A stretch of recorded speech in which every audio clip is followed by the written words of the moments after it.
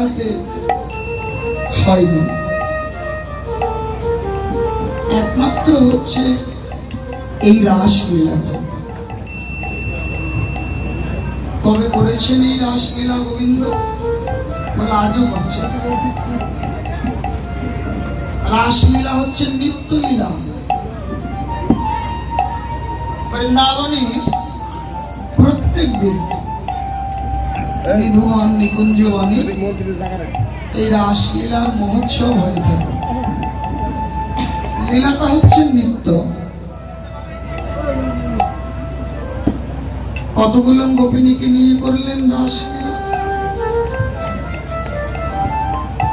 অনেকে বলছেন 1600, কিন্তু কথাটা আসলে 1600 না,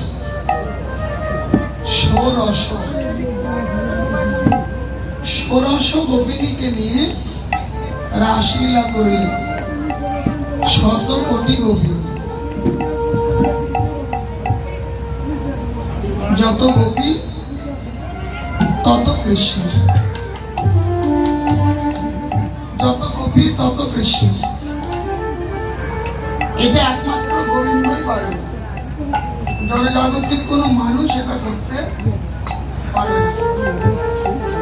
গোবিন্দ একই সময়ে একই সঙ্গে সবার কাছে থাকতে পারে, কিন্তু মানুষ কিন্তু তা পারে না। ভাইয়ের কাছে থাকলে মায়ের কাছে থাকতে পারে না, মায়ের কাছে থাকলে বন্ধুর কাছে থাকতে পারে না। এগুলো মানুষের পক্ষে সম্ভব না। এটা একমাত্র ভগবানের ক্ষেত্রেই প্রযোজ্য।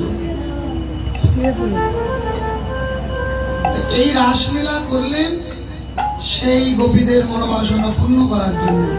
3টি স্তরের গোপী: সাধন সিদ্ধা, কৃপা সিদ্ধা, নিত্য সিদ্ধা। সাধন সিদ্ধা কারা? যারা সাধনার দ্বারা গোবিন্দকে লাভ করলেন।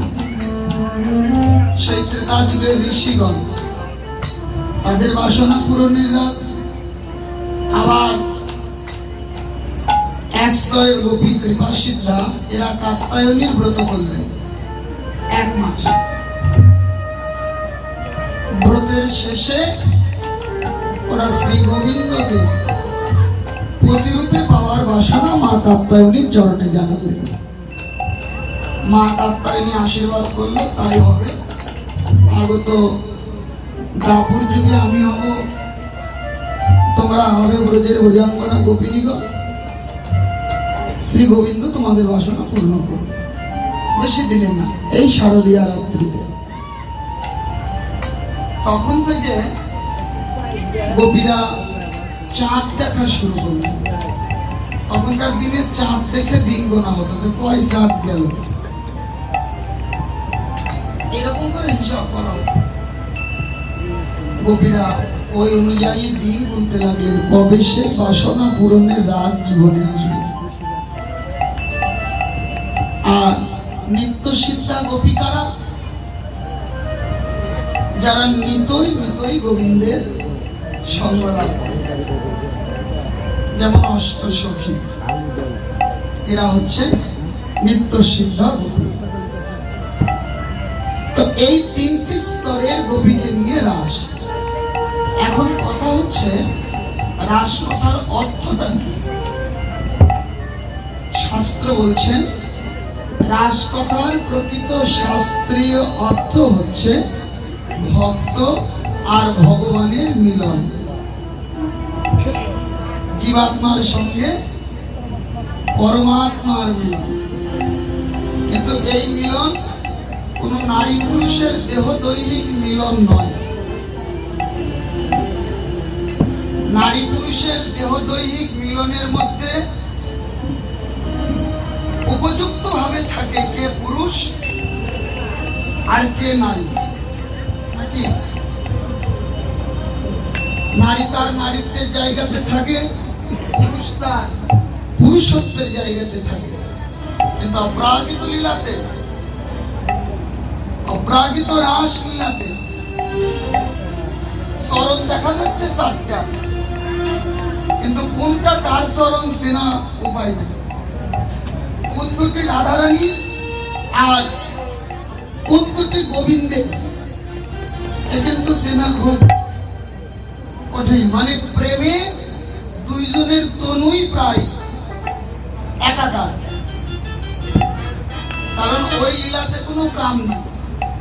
দেহে থাকিতে কামের গন্ধ, হয় না তাদের প্রেম সম্বন্ধ। কাম থাকতে প্রেম নহে, ব্রজ গোপীর ভাব বিভোর। এটা একমাত্র ব্রজের ক্ষেত্রেই প্রযোজ্য। আমাদের দেশে এগুলো চলবে না, বৃন্দাবনে চলবে। চৈতন্য চরিতামৃতে বলছেন, পরক্রিয়া ভাবে অতি রসের উল্লাস। পরের শ্লোকের মধ্যে বলছে, ব্রজ বিনা ইহার নাহি অন্যত্র প্রকাশ। পরক্রিয়া কৃষ্ণ প্রেমটাকে বলা হচ্ছে সর্বশ্রেষ্ঠ।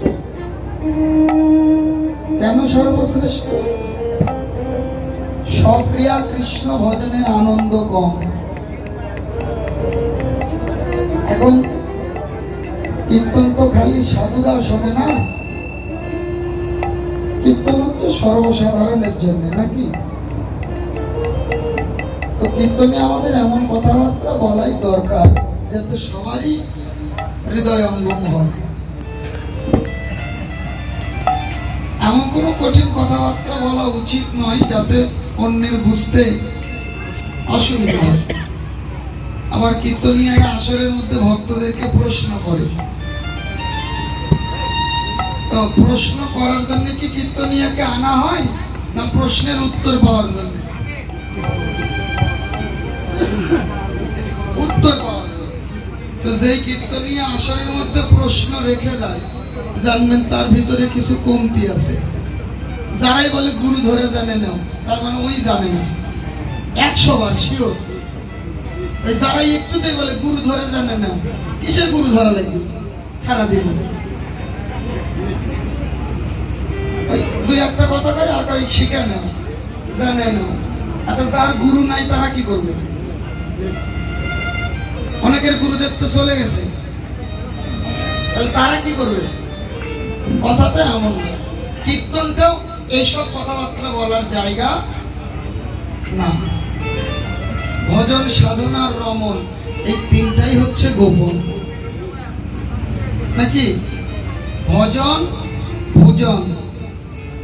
ভোজন মানে কি? খাওয়া। খাওয়াটাও যাত্রার সামনে খেতে নেই।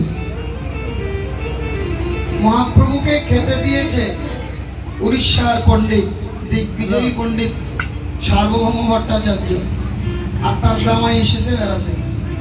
তো তার স্ত্রী আর সে দুইজনে মিলে রান্না করেছে মহাপ্রভুর জন্য একটা আলাদা ঘরের মধ্যে সেবার ব্যবস্থা।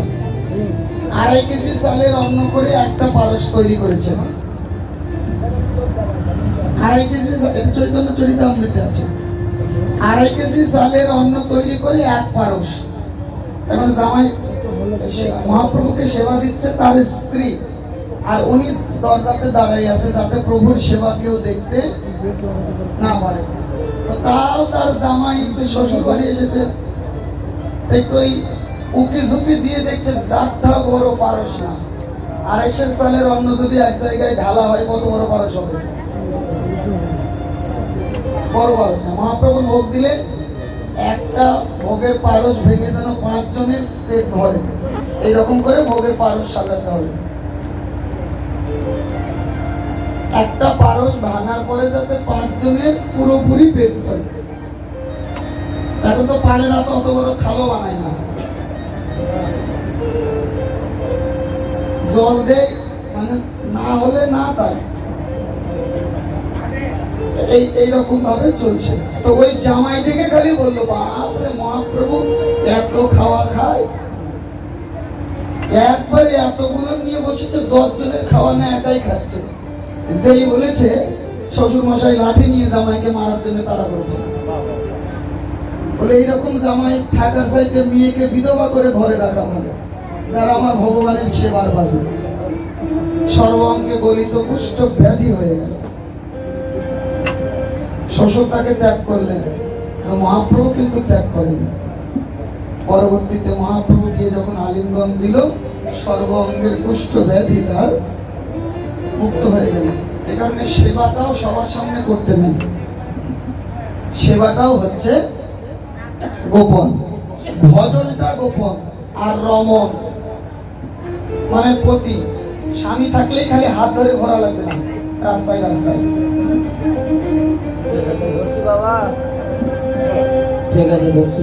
হ্যাঁ, এটাও রমণটাও হচ্ছে গোপন। আমাদের ভাবভঙ্গি দর্শনে অন্য কারোর মনে যেন কোনো প্রকার কুরুচি ভাব যেন না আসে, সেই রকম অবস্থার মধ্যে দিয়ে চলতে হবে, সেই রকম অবস্থা দিয়ে চলতে হবে। তাহলে কীর্তনটা হচ্ছে সার্বজনীন তত্ত্ব, কথায় এমনই বলা দরকার যাতে সার্বজনীন মঙ্গল হয়। এমন এমন আসরে কীর্তন হয়, বাইরে থেকে অন্য ধর্মের লোকেরা বাজে বাজে মন্তব্য করে, তখন শুনতে খুব খারাপ লাগে। আমরাও কিছু বলতে পারি না, কারণ আমার জাতীয় ভাই আর একজন কীর্তনী। এমন কথাবার্তা আমাদের শুনতে হবে যে সকল কথাবার্তাতে জীবনের কিছু মঙ্গল হয়, পারমার্থিক মঙ্গল হয়, তবে সেই কথাটা প্রকৃত কৃষ্ণ কথার মধ্যে গণ্য হবে। এখন দেখো বাবা, এখানে যে কথাবার্তা গুলো হচ্ছে মন দিয়ে শুনবে, আমার কথাটা মন দিয়ে বোঝার চেষ্টা করবে। শরীরে তো কামনা বাসনা সবারই আছে। এখন একটা 8-10 বছরের ছাওয়ালও তারও লজ্জা হয়ে গেছে। আমরা তো আগে স্নান করার মন হলেই প্যান্ট খুলে জলে ঝাঁপ মারতাম, মায়েরা জানতেই পারত না কত বড় হয়ে। এখনকার ছাওয়ালে জানতো প্যান্ট খুলে দিতে যান, একটা লোকের সামনে প্যান্ট খুলবে না, বাইরের লোক থাকবে। তার মানে ওর এখনই লজ্জা হয়ে গেছে 2 বছরেই। তার মানে জানে এটা কাউকে দেখানোর জিনিস না, আগেই লজ্জা হয়ে গেছে 2 বছর না হতে। এর কারণ হচ্ছে মোবাইল, এর কারণ হচ্ছে সত্যি না মিথ্যা? সত্যি সত্যি। বাড়ি গিয়ে পরীক্ষা করবেন, কুটুমের সামনে সওয়ালকে স্নান করাতে যাবেন, জীবনেও স্নান করবে না। তার মানে ওর ভিতরে লজ্জা ঢুকে গেছে। কামনা বাসনার শরীর, এমন কোনো কথাবার্তা বলা যাবে না যাতে প্রত্যেকের অন্তরে কাম চিন্তাটাই জাগে। এমন কথাবার্তা আমাদের শোনা উচিত যাতে সবার অন্তরে কৃষ্ণ প্রেমটা জাগে। এই কারণে এই কথাবার্তাগুলো শুনতে হলে সাধারণ ভজন না করলে এগুলো বুঝতে পারবে না। তখন এই রাধা কৃষ্ণকে মনে হবে এই জগতের ওই ছেলে মেয়েদের মতো, কিন্তু আসলে কি তাই?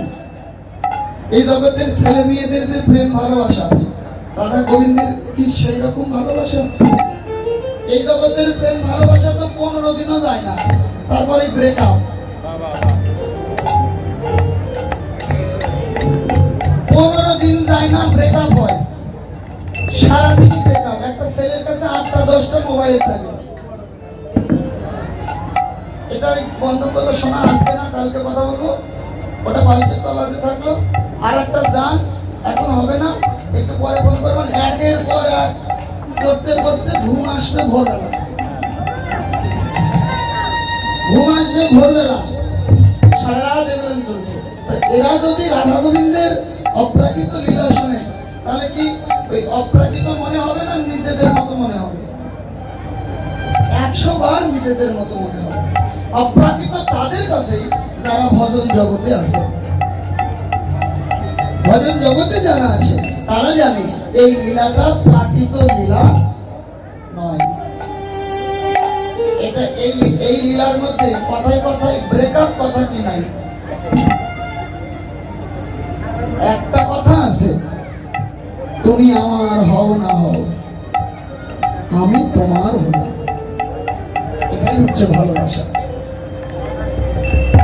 মাথুর লীলার মধ্যে একটি কথা আছে, বৃন্দাবতী গোবিন্দকে আনতে যাবে তো বললো, রাধারানীকে বলছে, রাধে গোবিন্দ যদি আনি তার বিনিময়ে আমি কি পাবো? রাধারানী বলছে, শোন বৃন্দা, তুই যদি আমার গোবিন্দকে এনে দিতে পারিস, পুরস্কার হিসাবে আমার কৃষ্ণই আমি তোকে দিয়ে দেব। বলে এটা কোনো কথা বললি? যে কৃষ্ণের জন্য তুই 100 বছর ধরে কাঁদছিস, তাকে যদি তুই আমাকে দিয়ে দিস, তোর লাভ কি হবে? রাধারানী বলছে আমার একটাই লাভ, আমি চোখের দেখাটা তো দেখতে পারবো। এটাই হচ্ছে প্রেমের কথা, এটাই হচ্ছে প্রেম। আমার কৃষ্ণ তো আর ব্রজ ছেড়ে যাবে না, তোর কাছে থাকলে, আমার কাছে থাক না থাক তাতে আমার কোনো দুঃখ নাই, তোর কাছে থাকলে আমি চোখের দেখা তো দেখতে পারবো। আচ্ছা, এর মধ্যে কি কোথাও কাম আছে? কাম থাকলে তো আমার কাছে থাক, কাম নাই বলে বলছে অন্যের কাছে থাকলেও আমি চোখের দেখা দেখতে পারলে ওটাই আমার শান্তি। ভালোবাসার মানুষের জন্য কখনো মরার কথা মুখে তুলতে নাই, ইচ্ছা করতে হবে ভালোবাসার মানুষকে নিয়ে যেন যুগ যুগ ধরে বেঁচে থাকতে পারে, সে যেন যুগ যুগ বেঁচে থাকে, ভালো থাকে, আমি যেন তাকে দেখতে পারি। তো বাবা, ভজন করার জন্য দেহটাকেও তৈরি করে নিতে হয়।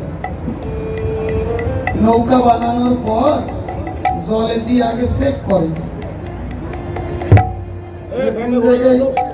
ফুটে টুটে আছে কিনা, তারপরে আলকাতরা দিয়ে সব বন্ধ করে দেবে।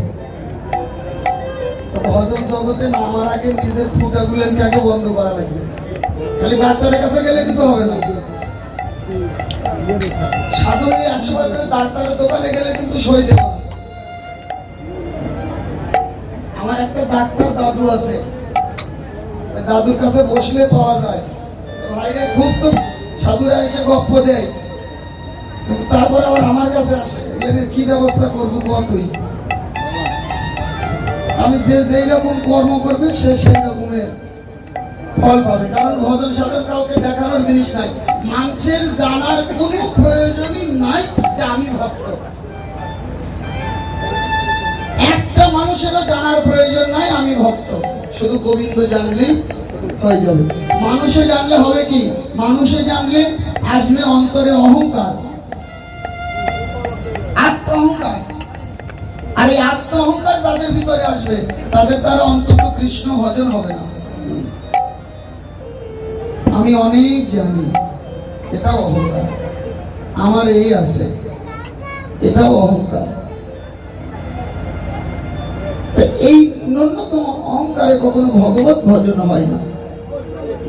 তাই আমি সকল ভক্তমন্ডলী মাতৃমন্ডলীর কাছে একান্ত নিবেদন করব, একান্ত ভাবে জানাবো, এমন কথাবার্তায় শুনবে মা, যে এই কথাবার্তা শুনলে জীবনের কিছু মঙ্গল হয়, যাতে কেউ পথভ্রষ্ট না হয়, সেই দিকে আমাদের লক্ষ্য দিতে হবে।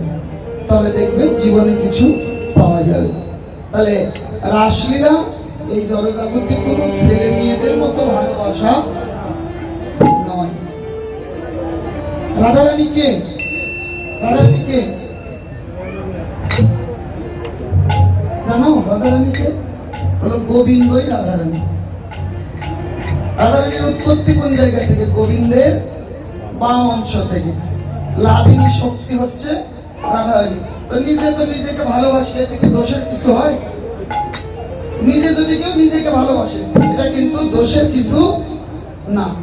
তো গোবিন্দ আর রাধারানী এরা তো আলাদা না, একই তত্ত্ব, একই বিষয়,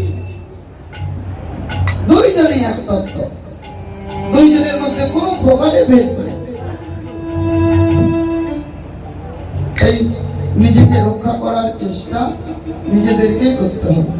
কামনা বাসনা, এই যে বিষয় লালসা বাসনা, এর পিছনে যে যত ছুটবে বন্ধন তাকে তত জড়াইয়ে ধরবে। পাকের উপরে যখন কেউ পড়ে, পাকের কাজ হচ্ছে ওকে তলায় নিয়ে যাওয়া, নাকি? এই পাক থেকে যদি উদ্ধার হতে হয় তাহলে তাকে খুব ধীর শান্ত হতে হবে। পাক থেকেও কিন্তু ওঠা যায়। মনে করুন পাকে পড়ে গেছে, পাকের কাজ হচ্ছে তলাতে ডুবিয়ে দেওয়া, ওই জায়গায় যদি কোনো পরম বান্ধব আসে, তাহলে তিনি কি করবেন, ওই পাত থেকে আমাকে ডুবতে দেবে না, ডুবে মরতে দেবে না, ওই পাত থেকে আমাকে তুলে আনবে। তো ওই বান্ধবটাই হচ্ছেন শ্রী গুরুদেব। ঘুরতে ঘুরতে যেদিন এই কাদার পাকে আমি পড়ে আছি, এই কামনার পাকে পড়ে আছি, গুরু যেদিন আসবে, কৃপা করে যেই দিন তুলবে, তবেই রক্ষা, না ছাড়া রক্ষা পাওয়ার কোনো উপায় নাই, উপায় নাই।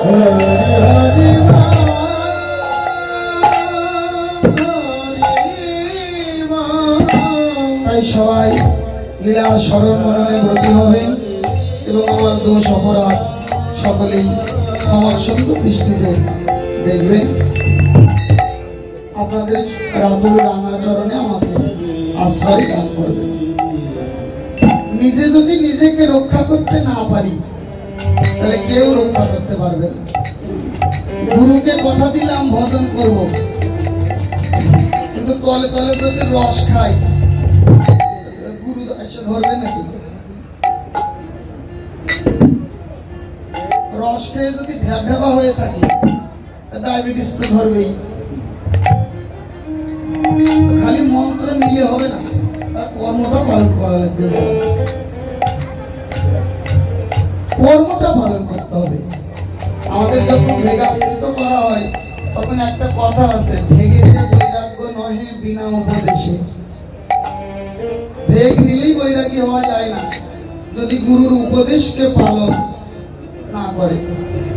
শিক্ষা মন্ত্র নিয়ে যদি তার কর্ম যদি করতে না পারে, আবার যদি মনটা যদি নিম্নগামী হয়, তাহলে তাকে কিন্তু আরো অধোগতি প্রাপ্ত হবে, মানে বিজনিতে জন্ম নিতে হবে। বিজনী মানে মনুষ্য জন্ম, তার আর হবে না, হয় কুকুর হবে, নাহলে ভেড়া হবে, এইসব হয়ে ওদের জন্ম হবে। কারণ ওই শরীরেও কামনা বাসনা ভোগ করা যায় নাকি? আহার নিদ্রা ভয় সন্তান উৎপাদন মানুষও করে, পশুরাও করে। তো মানুষ আর পশু যদি একই প্রক্রিয়া ধরে রাখে, তাহলে মানুষ আর মানুষ থাকবে না, তখন তাকে পশুর কুলে জন্ম নিতে হবে, পশুর কুলে তাকে জন্ম নিতে হবে, মানে বীজনিতে তাকে যেতে হবে। তাই খুব সাবধান, খুব সাবধান। আমাদের এই এত অঞ্চলে শিক্ষা মন্ত্র নেওয়ার দাপট খুব বেশি, কিন্তু বাছাই করলে শতকরা 10টা পাওয়া কঠিন হয়ে যাবে। বাছাই করলে শতকরাই 10টা পাওয়া কঠিন হবে, যারা প্রকৃত ভজন আনন্দে ডুবে আছে। 10টা পাওয়া যাবে না। আর যেই 10টা আছে, ওই 10টার কথাবার্তা কম, আর ওই 90টার আওয়াজ বেশি। যেই গাছের ফল থাকে, ওই গাছের মাথা নিচু, আর যেই গাছের ফল নাই, ওর মাথা কিন্তু ড্যাং ড্যাং ড্যাং ড্যাং করে বড় হয়। তো ভজন করলে তার অন্য লোকের সাথে অত কথাবার্তা বলার সময় থাকে না। আর ভজন না করলে দেখবেন খালি এইগুলো নিয়েই ওরা বেশি কথাবার্তা করবে। আচ্ছা, রসগোল্লার রসের মধ্যে যে একবার ডুবেছে, ও কি জানে যে রসগোল্লার স্বাদ কেমন? দেখেছেন রসগোল্লা বানানো? আমাদের যে মদকপাড়া আছে কাঞ্চনপুর, ওরা বানায় গোল্লা। প্রথমে আগে ছানার গুটি তৈরি করে, তারপরে কড়াইয়ে একটা রস তৈরি হয়, তারপরে মিষ্টিগুলোকে ছাড়া হয় ওই রসের মধ্যে। কিন্তু রসের মধ্যে ছাড়লেই কিন্তু ও রসিক হয় না।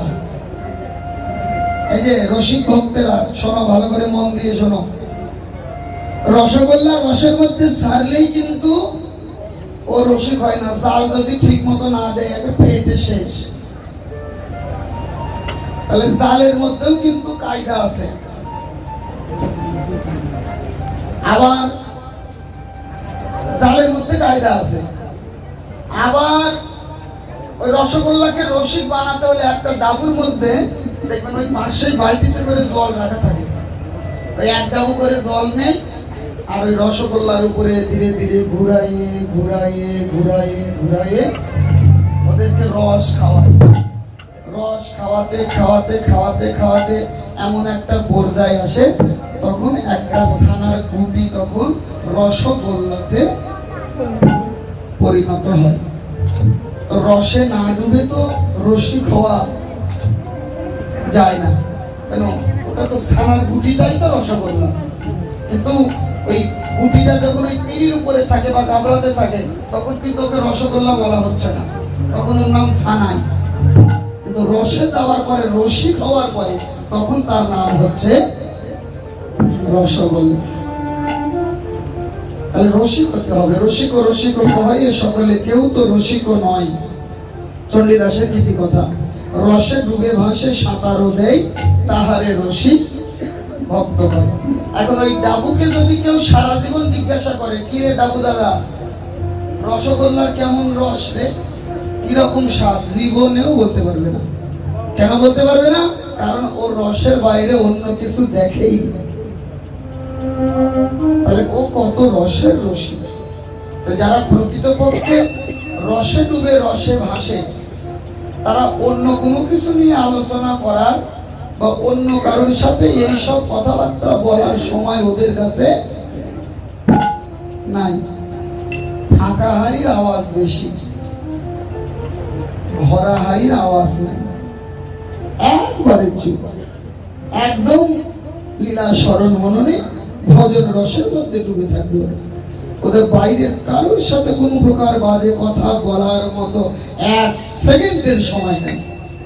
ভজন ছাড়া তারা আর কিছু জানে না, কিছু বোঝে না। তাহলে ভজন পথে এসে কারো মন যদি নিম্নগামী হয়, তাহলে তাকে আবার নিম্ন দিকে যেতে হবে। কৃষ্ণ ভজন কাউকে নিম্নগামী করে না। কৃষ্ণ ভজন হচ্ছে কি? ঊর্ধ্বগামী। কৃষ্ণ ভজন সব সময় ঊর্ধ্বগামী, নিম্নগামী নয়, ঊর্ধ্বগামী করে দেবে, ভগবত সেবাতে লাগাই দেবে। তো আজকের এই রাসরস রজনীতে ভগবান ভক্তবৎসল হয়ে সকল ভক্তের মনোবাসনা তিনি নিজে পূর্ণ করবেন বলেই জগৎ জীবের কাছে এই রস প্রকাশ করবেন। যেটা বৃন্দাবনে প্রকাশ হয়নি, সেটা প্রকাশ হয়েছে নবদ্বীপে। কে জানালেন?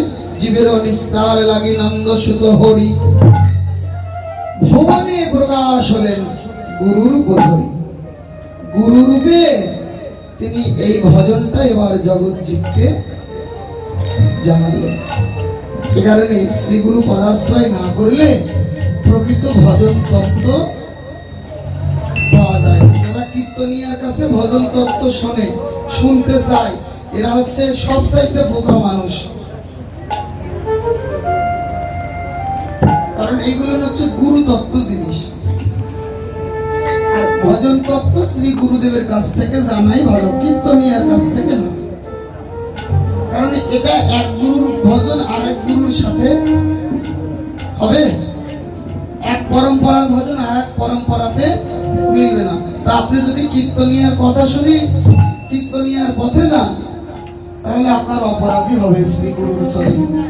এই কারণে শ্রী গুরু শ্রীপাদ তত্ত্ব আশ্রয় করে আমাদের সাধন ভজন। হ্যাঁ, আপনি কীর্তনিয়ার মুখ থেকে শুনতে পারবেন, কারণ শ্রবণ মঙ্গলম, মঙ্গলময়ের কথা শুনলে মঙ্গল হয়, এই হিসাবে আপনি শুনতে পারবেন। কিন্তু ভজন যা করবেন ওটা গুরুর দেখানো পথে, কীর্তনিয়ার দেখানো পথে না।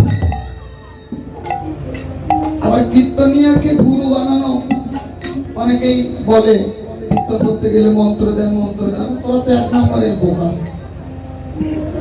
যারা কীর্তনিয়ার থেকে মন্ত্র নিতে চায়, এরা হচ্ছে এক নম্বরের বোকা। আমার ভজন সাধন করার সময় কখন বলেন?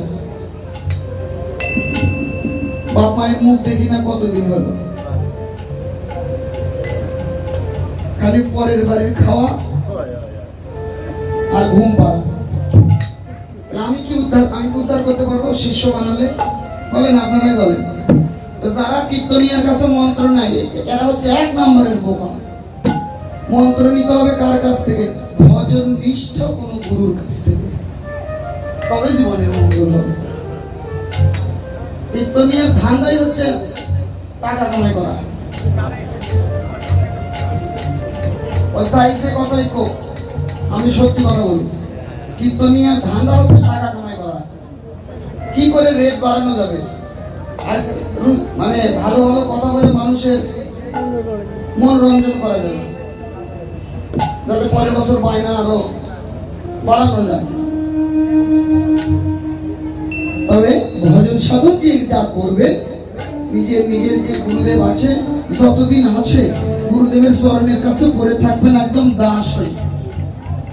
শ্রীরাম বৃন্দাবনে মন্ত্র নিতে গিয়েছিল আমাদের এক বাবাজি মহারাজ, তখন গিয়ে দেখছে যে গুরুদেবের বয়স 80-র উপরে, সরাসরি মুখের উপরে বলে, আপনার থেকে মন্ত্র নিলে তো আমি কিছু শিখতে পারবো না, আপনি তো কয়দিন পরে চলেই যাবে। তখন মন্ত্র নিল তার থেকে 2 বছরের ছোট, মন্ত্র নিল কার কাছে, তার থেকে 2 বছরের ছোট, মানে শিষ্যর চাইতে গুরু 2 বছরের বয়সে ছোট। কেন নিল? বলে আমি আমার গুরুদেবের সাথে অনেক দিন থাকতে পারবো, আমি ভজন সাধন শিখতে পারবো। আর আজকাল তো কেউ মন্ত্র নিয়ে শিষ্য হতে চায় না, মন্ত্র নেওয়ার উদ্দেশ্য ও মন্ত্র দেওয়া ধরবে। আরে কালকে মন্ত্র নিয়ে পরের দিনে চলে গেছে ভোগ দেওয়ার জন্য, তুই শিখলো কি রে? হ্যাঁ, তুই পরের দিনে ভোগ দিবে, তুই শিখলো কি? একদিন হয়নি তোর মন্ত্র নেওয়া, আর ওই পরের দিন ভোগ। আর মানুষ কিরকম বোকা, ওর থেকে ভোগ দিয়ে দিচ্ছে, ওই কি জানে।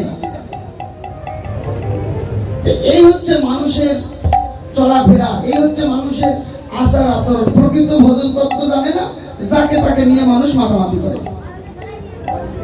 আর এটা অনুভূতি করতে গেলে ওই যে বলছে না, টেস্ট করাবে রান্না, তখন ওই জোয়ালা মানুষের মুখে দিয়েছে সেই সুন্দর ছানার তরকারি, ওই বেটার মুখে যেই দিয়েছে কি তিতো, মুখেই যে জল, ওর মুখে তো তিতো লাগবেই, তাহলে দিতে হবে কোন রুচি আলা মানুষের মুখে, তাহলে তো তরকারি স্বাদটা পাওয়া যাবে।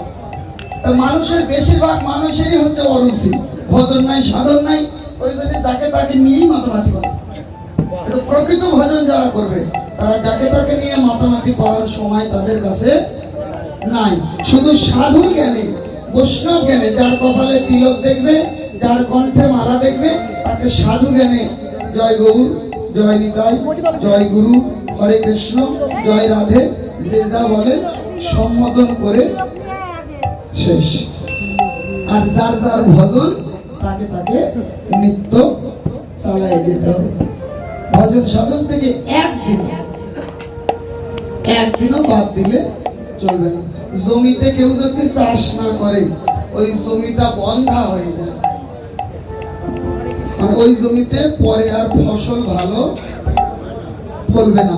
চাষটা জমিতে চাষ করতে হবে যেমন ঠিক মতো, তেমনি ভজন সাধনটাও একদিনের জন্য বাদ দিলে চলবে না। একদিন বাদ দিয়ে দ্বিতীয় দিন করলে ভজন ক্রিয়াটা তার মধ্যে আর থাকবে না।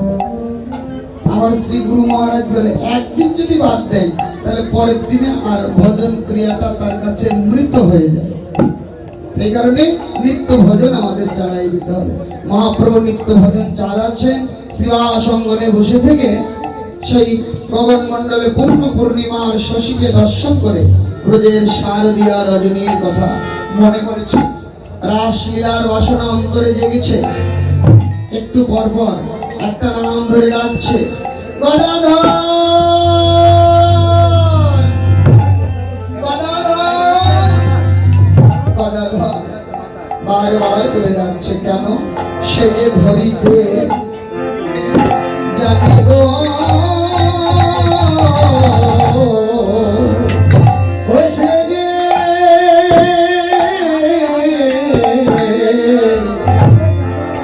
ধরিতে জানে গৌরের কখন যে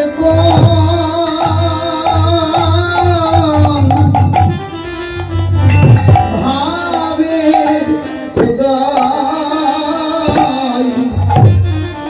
সে যে ধরিতে জানে গৌরের কখন ভাবে